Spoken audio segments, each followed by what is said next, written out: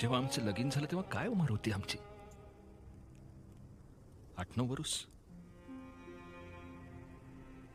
गेल्या 18 वर्षात आमच्या या स्वराज्याच्या हट्टापायी सईबाईंच्या पदरी वाट पाण्यापलीकडे काही टाकू शकलो नाही आम्ही.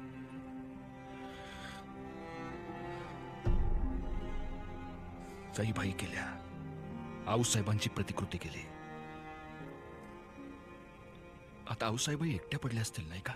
धनी,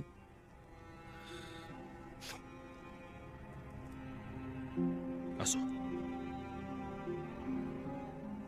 सर्व खाशांना आम्ही सदरेवर बोलवलंय. तुम्ही या, आम्ही आलोच.